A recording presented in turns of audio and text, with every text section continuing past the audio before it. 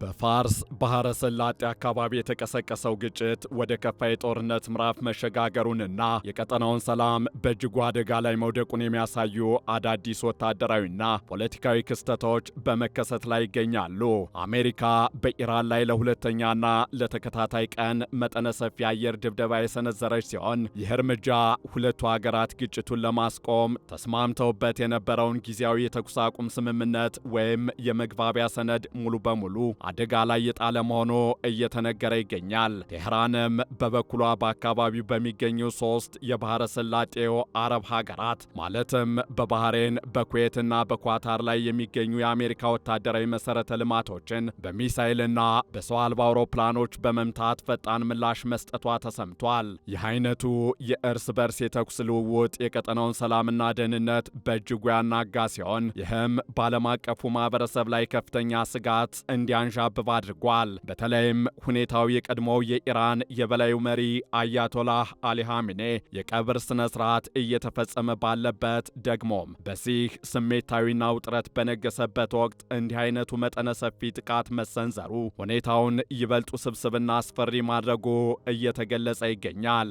በሌላ በኩል የአሜሪካው ፕሬዝደንት ዶናልድ ትራምፕ የተኩስ አቁም ስምምነቱ ማክተሙን በይፋ ባወጁበት በዚህ ወቅት ይህ ግጭት ወደ ከፋ ቀጠናዊ ጦርነት ሊያመራ እንደሚችልም የፖለቲካና የወታደራዊ ተንታኞች እያስጠነቀቁ ይገኛሉ። በሌላ በኩል ደግሞ እየተስተዋለ ያለውን አደገኛ መባባስ ተከትሎ የተባበሩት መንግስታት ድርጅት ጥሪ አቅርቧል። እናም በዕለቱ ዝግጅታችን የግጭቱ መንስኤና ይህም ለንግድ መርከቦች እንቅስቃሴ ተከፍቶ በነበረው የሆርሙዝ ባህረ ወሽመጥ ስትራቴጂካዊ ጠቀሜታ ላይ የሚያሳድረውን ተጽዕኖ፣ የኢራን ያጸፋ ምላሽና የአያቶላህ አሊ ኻሜኔ ቀብር ስነ ስርዓት፣ የዶናልድ ትራምፕ አቋምና የተኩስ አቁሙ ዕጣ ፈንታ፣ የተባበሩት መንግስታት ድርጅት ጥሪና የዓለም አቀፉ ማህበረሰብ ስጋት፣ የጦርነቱ ተጽዕኖ በኢራን ምጣኔ ሀብት ላይና በቀጣይ ዕጣ ፈንታዎች ላይ ሊኖረው የሚችለውን ተጽዕኖ ልንመለከት ወደድን። አብራችሁን ቆዩ።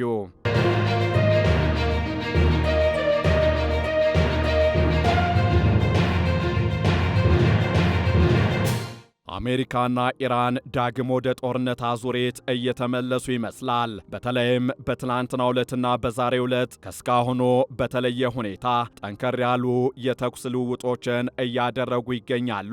ለዚህ አዲስ የውጥረት ማገርሸትና የአየር ድብደባ እንደ ዋና መንስኤ የሚጠቀሰው ደግሞ በሆርሙዝ ባህረ ወሽመጥ ላይ በንግድና በነዳጅ ጫኝ መርከቦች ላይ የተሰነዘረው ጥቃት መሆኑ እየተገለጸ ይገኛል። እንደ አሜሪካ ማዕከላዊ እዝ ወይም ሴንትኮም መግለጫ ከሆነ ኢራን በኦማን የባህር ዳርቻ አቅራቢያ በሚንቀሳቀሱ የንግድ መርከቦች ላይ ያደረሰችውን ጥቃት ተከትሎ አሜሪካ ያጸፋ እርምጃ ለመውሰድ ተገዳለች። በዚህም መሰረት የአሜሪካ ወታደራዊ ኃይል በሁለተኛው ቀን ጥቃት ብቻ በኢራን የባህር ዳርቻ ላይ የሚገኙ ወደ 90 የሚጠጉ ወታደራዊ ኢላማዎችን መምታቱን አስታውቋል። እነዚህ ኢላማዎች የአየር መከላከያ ስርዓቶችን፣ የወታደራዊ ሎጂስቲክስ መሰረተ ልማቶችንና የባህር ላይ ወደቦችን ያካተቱ ናቸውም ተብሏል። የሆርሙዝ ባህረ ወሽመጥ ከጦርነቱ መጀመር በፊት የዓለም አቀፉ የንግድ ነዳጅና የተፈጥሮ ጋዝ 1/5 የሚጓጓዝበት ወሳኝ የውሃ መስመር በመሆኑ በዚያ አካባቢ የሚፈጠር ማንኛውም አለመረጋጋት በዓለም አቀፍ ኢኮኖሚና በነዳጅ ዋጋ ላይ ፈጣንና ከፍተኛ ተጽዕኖን ያሳድራል። አሜሪካም ይህንን ጥቃት የሰነዘረችው የመርከቦችን የመዘዋወር ነጻነትና የንጹሐንን ባህረኞች ወይም የባህር ላይ ሰራተኞችን ደህንነት ለመጠበቅና የኢራንን የማጥቃት አቅም ይበልጥ ለማዳከም እንደሆነ ገልጻለች። ይሁን እንጂ ኢራን በበኩሏ በጊዜያዊው ስምምነት መሰረት በወሽመጡ ላይ የትራፊክ ፍሰቱን የመቆጣጠርና የማስተዳደር መብት እንዳላት በመግለጽ የአሜሪካን እርምጃ በእጅጉ ኮንናለች። የአሜሪካን ጥቃት ተከትሎም የኢራን አብዮታዊ ዘብ ኃይል በአካባቢው በሚገኙ የአሜሪካ የጦር ሰፈሮች ላይ ያጸፋ እርምጃ መውሰዱን አረጋግጧል። ከዚህ ጋር በተያያዘም በባህሬን የሚገኘው የአሜሪካ 5ኛ የባህር ኃይል እዝ ዋና መስሪያ ቤት አካባቢ የአደጋ ጊዜ ሳይረን በተደጋጋሚ የተሰማ ሲሆን ኩዌትም ወደ ግዛቷ የሚተኮሱ ድሮኖችና ሚሳኤሎችን እያከሸፈች መሆኑን አስታውቃለች። ኳታርም በበኩሏ ከፍተኛ የጥንቃቄ መልእክት ማስተላለፏ ተሰምቷል። ይህ ሁሉ ወታደራዊ ግብግብ እየተከናወነ ያለው የኢራን ሕዝብና ባለስልጣናት ባለፈው የአውሮፓውያኑ ፌብሩዋሪ ወር በአሜሪካና በእስራኤል ጥምር ጥቃት የተገደሉትን የቀድሞ የበላይ መሪ አያቶላህ አሊ ኻሜኔን ለመቅበር የ6 ቀናት ብሔራዊ የሐዘንና የቀብር ስነ ስርዓት እያካሄዱ ባሉበት ወቅት ነው። ከዚህ ጋር በተያያዘም በማሻድ ከተማ በሺዎች የሚቆጠሩ ኢራናውያን የሀገሪቱን ሰንደቅ ዓላማ እያውለበለቡና የፕሬዝደንት ዶናልድ ትራምፕን መገደል የሚጠይቁ መፎክሮችን በማንገብ ኪል ዶናልድ ትራምፕ ወይም ዶናልድ ትራምፕ ይገደል የሚሉ መፎክሮችን እያስተጋቡ በቀብር ስነ ስርዓቱ ላይ ተገኝተዋል። የኢራን የውጭ ጉዳይ ሚኒስቴር የአሜሪካን ጥቃት ከባድ የጦር ወንጀል ሲል የፈረጀው ሲሆን ጥቃቱ የሲቪል መሰረተ ልማቶችን በተለይም ቴህራንን ከመሪው የቀብር ቦታ ማሻድ ጋር የሚያገናኘውን የባቡር መስመር ድልድዮች ኢላማ ማድረጉን ገልጿል። የሀገሪቱ የውጭ ጉዳይ ሚኒስትር አባስ አራግቺ በሰጡት መግለጫ ኢራናውያን በስልጣኔያቸው በባህላቸውና በጠንካራ የሥነ ምግባር እሴቶቻቸው ይታወቃሉ። እኛ ለባለጌነት ምላሽ የምንሰጠው በባለጌነት ሳይሆን በተግባር ነው፣ ያውም ያለ ፍርሃትና በታላቅ ጀግንነት በማለት የሀገሪቱን ቁርጠኝነት ገልጸዋል። የፓርላማው አፈ ጉባኤ መሐመድ ባገር ጋሊባፍም አሜሪካ ማስፈራራትና ስምምነትን ማፍረስ ዋጋ እንደሚያስከፍል እስካሁን አልተማረችም፣ በግልጽ ለመናገር ካጠቃችሁ ትጠቃላችሁ ሲሉም አስጠንቅቀዋል። በሌላ በኩል ደግሞ የአሜሪካው ፕሬዝደንት ዶናልድ ትራምፕ ከቱርክ የኔቶ ስብሰባ ከተመለሱ በኋላ በማህበራዊ ትስስር ገጻቸው ባስተላለፉት መልእክት ጊዜያዊ የተኩስ አቁም ስምምነቱ አብቅቷል ሲሉ በይፋ ተናግረዋል። ትራምፕ ስለ ስምምነቱ ቀጣይነት ሲጠየቁ ለኔ ይህ ስምምነት አብቅቷል ያሉ ሲሆን ተወካዮቻቸው ንግግሩን መቀጠል ቢችሉም ጊዜያቸውን እያጠፉ ነው በማለት በውይይቱ ውጤታማነት ላይ ያላቸውን ጥርጣሬ ገልጸዋል። በተጨማሪም ይህ ትናንት ኢራን በመርከቦች ላይ ላደረሰችው የቦምብ ጥቃት ያጸፋ እርምጃ ነው፣ እንደገና ከተደገመ ደግሞ ሁኔታው ይበልጥ የከፋ ይሆናል ሲሉ አስጠንቅቀዋል። ትራምፕ ምንም እንኳን አሁን ያለው ወታደራዊ ግጭት የረዥም ጊዜ ጦርነት ላይሆን እንደሚችልና ማንኛውም መሆን ያለበት ነገር በጣም በፍጥነት እንደሚሆን ቢገልጹም የአሜሪካ ጦር ስራውን ሙሉ በሙሉ ሊያጠናቅቅ እንደሚችልም ጠቁመዋል። ፕሬዝደንቱ አክለውም የኢራንን የሲቪል መሰረተ ልማቶች፣ የኤሌክትሪክና የውሃ ማጣሪያ ጣቢያዎችን የመምታት እንዲሁም 90 በመቶ የኢራን ነዳጅ የሚላክበትን የሃርግ ደሴትን የመቆጣጠር ዛቻቸውን ማደሳቸውም እየተገለጸ ይገኛል።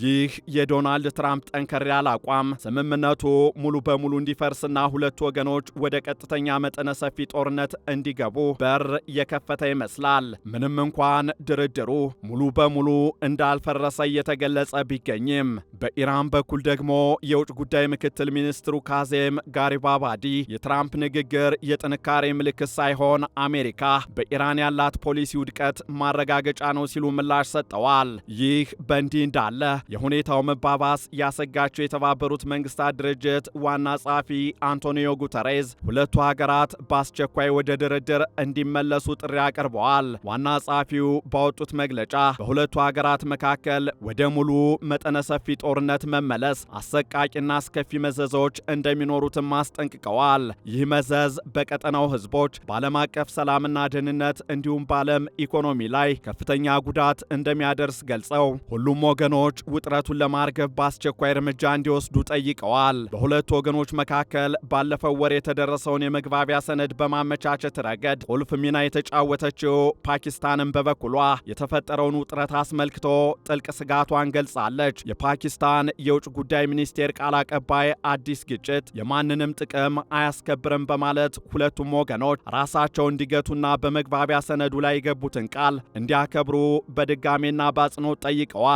ከቀጣይ ግንኙነት ውይይትና ዲፕሎማሲ ውጭ ሌላ አማራጭ የለም ሲልም የፓኪስታን መንግስት አጽንኦት ሰጥቷል። ይሁን እንጂ ሁለቱም ወገኖች እርስ በርስ ስምምነቱን በመጣስ ስለሚካሰሱ የዲፕሎማሲው መንገድ በእጅጉ አደጋ የተጋረጠበት ይመስላል። በሌላ በኩል ደግሞ ከተኩስ አቁሙ በፊት ለ40 ቀናት ያህል የዘለቀው ከባድ የቦምብ ድብደባ፣ የባህር ላይ እገዳና የኢንተርኔት መዘጋት በኢራን ምጣኔ ሀብት ላይ ያስከተለው ጉዳት እጅግ ከፍተኛ መሆኑን ዘገባዎች እያመላከቱ ይገኛሉ። የኢራን የኢራን ስታቲስቲክስ ማዕከል ባወጣው የቅርብ ጊዜ መረጃ መሰረት በሀገሪቱ ያለው የዋጋ ግሽበት ካለፈው ዓመት ተመሳሳይ ወር ጋር ሲነጻጸር በ88.6 በመቶ ጨምሯል። ይህ አይነቱ የዋጋ ግሽበት በሁለተኛው የዓለም ጦርነት ወቅት የህብረ ብሔር ኃይሎች ኢራንን ወረው የምግብና የባቡር መስመሮችን ከተቆጣጠሩበት ጊዜ ወዲህ ታይቶ የማይታወቅ መሆኑም እየተገለጸ ይገኛል። በተለይም የምግብ ዋጋ ግሽበት ወደ 134 በመቶ የደረሰ ሲሆን የምግብ ዘይቶችና ቅባቶች በ278 በመቶ፣ የቀይ ስጋና የዶሮ ተዋጽኦ ምርቶች በ139 በመቶ አሽቆልቁሏል። የህዝቡ የመግዛት አቅም በከፍተኛ ደረጃ በመውደቁ በሚሊዮኖች የሚቆጠሩ ዜጎች ወደ ከፋ ድህነት ተሸጋግረዋል።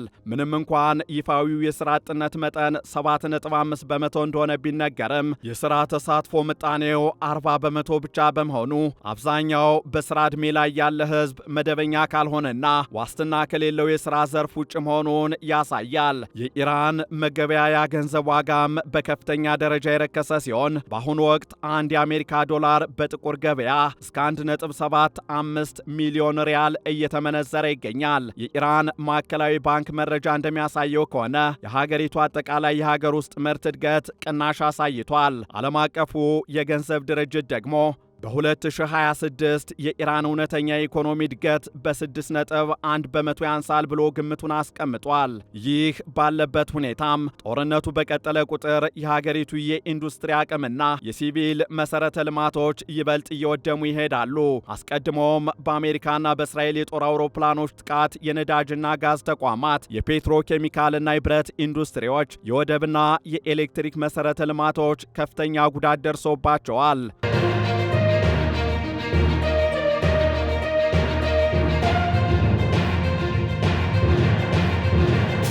ከዚህ ጋር በተያያዘም የቪየና ዓለም አቀፍ የኢኮኖሚ ጥናት ተቋም ከፍተኛ ኢኮኖሚስት የሆኑት ማህዲ ጎርሲ እንደሚሉት አንዳንድ በንግድ፣ በትራንስፖርት፣ በግንባታ ወይም ኮንስትራክሽን ዘርፍ የጠፉ የሥራ ዘርፎች ውጥረቱ ከቆመ በፍጥነት ሊያገግሙ ቢችሉም ማሽነሪዎቻቸውና መሠረተ ልማቶቻቸውን ያጡ ፋብሪካዎችን ወደ ነበሩበት ለመመለስ ግን የውጭ ፋይናንስን ጨምሮ ዓመታትና ከፍተኛ ኢንቨስትመንትን የሚጠይቅ ጉዳይ ነው።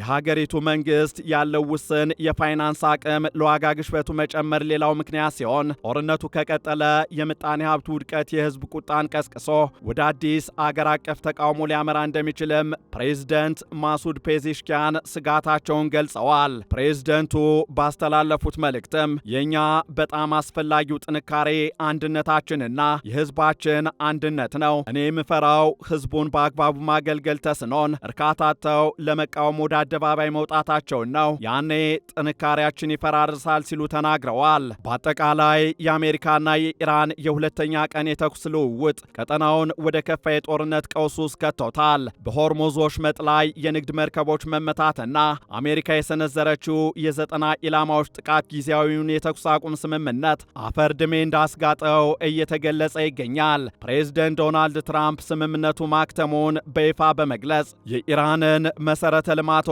እንደሚያወድሙ መዛታቸው የሁኔታውን አሳሳቢነት ያጎላዋል። በተባበሩት መንግስታት ድርጅትና በፓኪስታን በኩል የሚደረጉ የሰላምና የድርድር ጥሪዎች እስካሁን ተጨባጭ ውጤት አላመጡም። የኢራን ኢኮኖሚም ከ40 ቀናቱ ጦርነት በኋላ በከፍተኛ የዋጋ ግሽበት፣ በገንዘብ ምንዛሬ መውረድና በመሰረተ ልማት ውድመት ሳቢያ የመፈራረስ አደጋ ተጋርጦበታል። ከዚህ አንጻር ወደፊት ምን ሊከሰት እንደሚችል ሲገመት የፖለቲካ ተንታኞች እንደሚያመላክቱት ኢራን ጥቃቶቹን የሰነዘረችው አሜሪካን ለመፈታተንና በድርድሩ ተጨማሪ ጊዜ ለማግኘት ሊሆን ይችላል። ይሁን እንጂ በኢራን የአመራር አካላት ውስጥ ባለው የጠንካራ አቋም አራማጆችና የሰላም ፈላጊዎች መከፋፈል ምክንያት ቀጣዩ ጉዞ አስቸጋሪ ሆኗል። ጦርነቱ የሚቀጥል ከሆነ የቀጠናው መረጋጋት ሙሉ በሙሉ የሚናጋና የዓለም የነዳጅ አቅርቦት የሚስተጓጎል ሲሆን ሁለቱም ወገኖች የደረሰውን ጉዳት ተገንዝበው ውጥረቱን ለመቀነስ ካልወሰኑ በስተቀር ቀጣዩ ጊዜ ይበልጥ አጥፊና አስከፊ ጦርነት የሚታይበት ሊሆን እንደሚችልም ተሰግቷል። ይህ በፋርስ ባህረ ሰላጤ አካባቢ የተከሰተው አዲስ ወታደራዊ ግጭት የሁለቱን ሀገራት ግንኙነት ብቻ ሳይሆን መላውን የዓለም ፖለቲካና ምጣኔ ሀብት የሚያናውጥ ክስተት ሆኗል። አሜሪካ ጥቃቷን ስታጠናክር የኢራን አብዮታዊ ዘብ ኃይልም የአጸፋ እርምጃውን ወደ ጎረቤት ሀገራት ማስፋፋቱ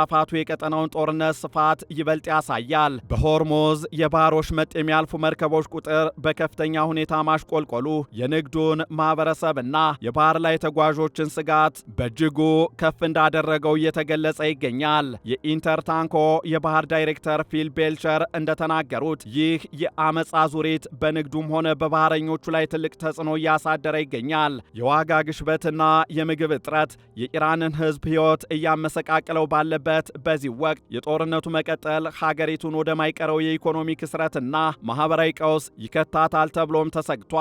የተባበሩት መንግስታት ድርጅትና ሌሎች አደራዳሪ ሀገራት የቱንም ያህል የሰላም ጥሪ ቢያቀርቡም በሁለቱ ወገኖች ዘንድ ያለው እልህና ለመተማመን የዲፕሎማሲውን በር የዘጋው ይመስላል። ዶናልድ ትራምፕ ጥቃቶች ካልቆሙ ሁኔታው ይበልጥ እንደሚከፋ መናገራቸው የወደፊቱን የሰላም ተስፋ ጭላንጭል ያደበዘዘ ሲሆን የኢራን ባለስልጣናትም የአሜሪካን ማስፈራሪያ በዝምታ እንደማያልፉት በተግባር እያሳዩ ነው። ቀጣዩ ጊዜ የሰላም ድርድር እንደገና የሚያብብበት ወይስ መላውን መካከለኛው ምስራቅ ወደሚያንድ ትልቅ ጦርነት የሚያመራ መሆኑን የሚወስነው በሚቀጥሉት ጥቂት ቀናት በሚወሰዱ ወታደራዊ እርምጃዎች ይሆናል። ይህንን ጥንቅር ስናዘጋጅ ቢቢሲ፣ ሮይተርስ እንዲሁም አልጀዚራን በዋቢነት ተጠቅመናል።